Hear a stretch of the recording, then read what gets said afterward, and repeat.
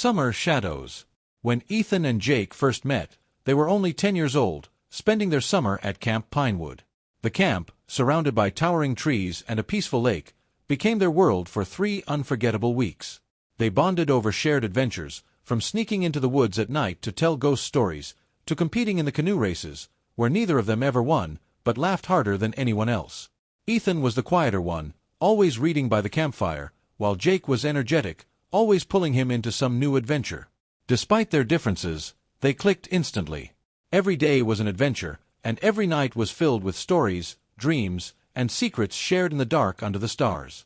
They even made a pact on the last night of camp to always stay in touch, to meet again the following summer. But as summers passed, life got in the way. Their letters became fewer until they eventually stopped altogether. High school, sports, exams, and new friendships took over. They moved on with their lives in different towns, slowly forgetting the promise made by the lake. Neither of them ever went back to Camp Pinewood.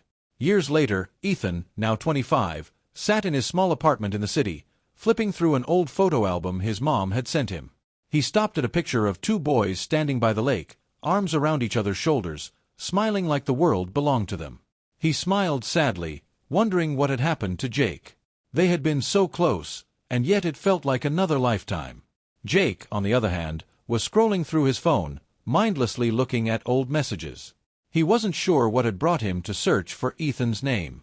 He hadn't thought about the camp in years, but for some reason, today, he remembered those endless summer nights, the smell of pine, and Ethan's quiet smile by the campfire. Neither of them had forgotten. Not really. Both Ethan and Jake realized how much those summers had shaped who they were. The camp was a magical place where they were free to be themselves, where every day felt like a new adventure, and nothing mattered except the next game or the next laugh. Those memories, while distant, were still clear as day. Though they hadn't spoken in over a decade, they both had the same thought: maybe it wasn't too late to reconnect.